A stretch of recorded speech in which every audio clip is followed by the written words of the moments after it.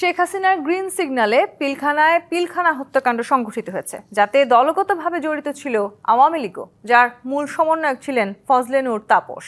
স্বাধীন তদন্ত কমিশনের চূড়ান্ত প্রতিবেদনে উঠে এসেছে এসব তথ্য।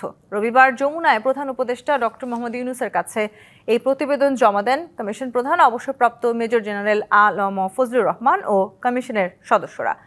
এরপর সন্ধ্যায় কমিশন প্রধান সংবাদ সম্মেলনে জানান, এই হত্যাকাণ্ডে শেখ হাসিনা ও ফজলে নূর তাপস ছাড়াও জড়িত ছিলেন শেখ সেলিম, মির্জা আজম, সাহারা খাতুন, জেনারেল তারেক, মইনু আহমেদ সহ কয়েকজন।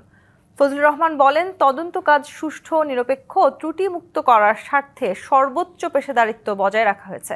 তিনি জানান, প্রতিবেদন গ্রহণ করে প্রধান উপদেষ্টা বলেছেন, ইতিহাসের এই ভয়াবহতম ঘটনা নিয়ে জাতির প্রশ্ন ছিল, সেসব প্রশ্নের অবসান ঘটবে। প্রতিবেদনে বলা হয়, সেনাবাহিনীকে দুর্বল ও হাসিনা সরকারকে ক্ষমতাকে টিকিয়ে রাখতেই এই হত্যাকাণ্ড ঘটানো হয়।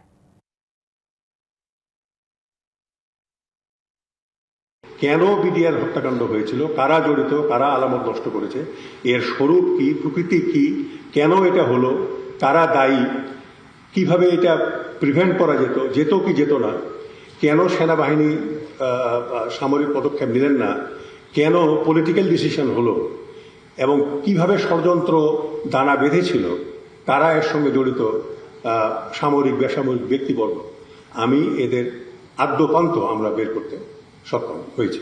এর সঙ্গে যারা জড়িত তাদের মধ্যে আমরা রাজনৈতিক ব্যক্তি পেয়েছি।